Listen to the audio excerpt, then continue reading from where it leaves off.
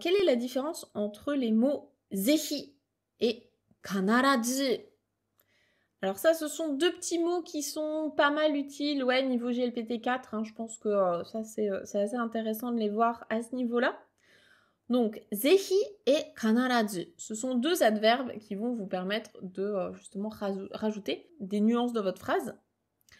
Il y a quand même une différence entre les 2. On peut pas dire que ce soit vraiment des synonymes parce que, zehi, c'est dans le sens à tout prix, coûte que coûte. Il faut vraiment faire ça coûte que coûte. Tu vas plutôt avoir, une notion de volonté qui est incluse dans zehi, dans le sens, il faut absolument faire ça, mais par tous les moyens. Donc zehi. Zehi, tu peux l'utiliser par exemple dans Zehi, asobi ni kite kudasai. Donc absolument, enfin viens t'amuser, donc viens passer du bon temps. Si tu parles par exemple à un ami japonais et que tu l'invites chez toi, Zehi, asobi ni kite kudasai ne. Donc faut absolument que tu viennes t'amuser chez moi, venez chez moi s'il vous plaît, absolument coûte que coûte, à tout prix. Alors que kanarazu, lui, il peut avoir un sens peut-être un petit peu plus large. Et là, tu vas plutôt avoir en fait la notion de je suis sûre de ça.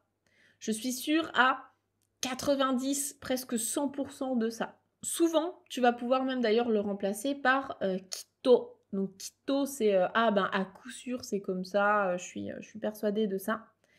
Parfois, tu peux même le remplacer par itsumo dans certains contextes en tant que toujours. Par exemple, si tu as quelqu'un qui est en train de passer un examen là pour le bac ou autre chose, si tu veux dire qu'elle réussira très certainement ou bien que son projet va réussir, toi tu penses ça, t'en es persuadé à 90-100%, tu peux dire donc kanojo wa kanarazu seiko suru daro. Donc vraiment, je suis quasiment sûre, voire sûre qu'elle va réussir. Ce qui n'est du coup pas la même chose que zehi. Zehi, c'est vraiment plutôt, comme on a dit tout à l'heure, à tout prix. Tu as une notion de volonté dedans qu'il n'y aurait pas forcément dans kanarazu.